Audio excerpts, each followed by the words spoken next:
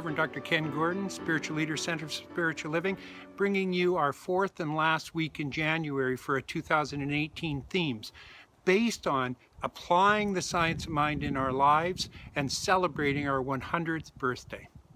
This week is being brought to us by Reverend Dr. Linda Rapond, who is the minister of the Launching Pad.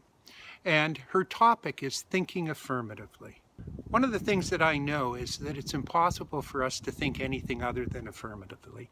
It's impossible for us to do other than know the truth and affirm it when we do our thinking and our thoughts.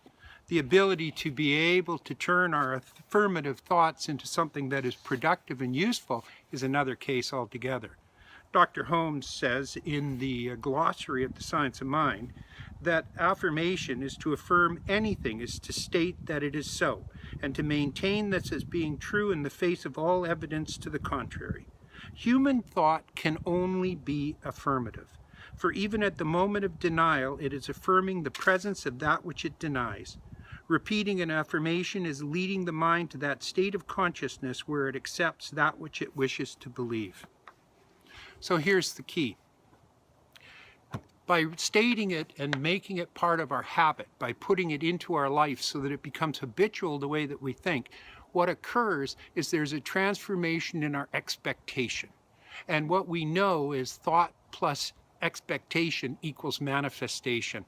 So we really move to a place where we can look at this whole thing from a point of view and a place that means that we can create according to what we affirm and what we put into activity and action, and that those affirmations inevitably will become part of our thought process and what we believe to be true.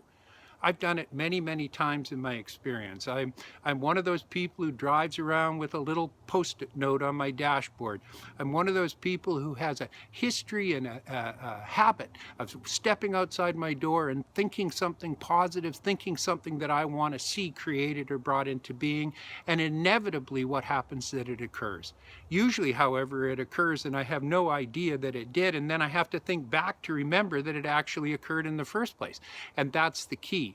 When I begin to actually believe, when I move my thoughts from my head to my heart, what occurs for me is suddenly it becomes my reality and my experience and my expression. This is one of the greatest tools that we have.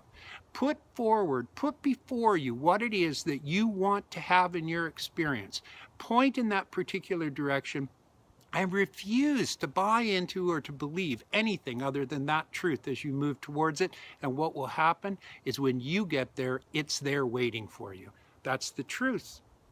Please know that you're loved, that you're honored. Have a great week. Talk to you next week. Bless you.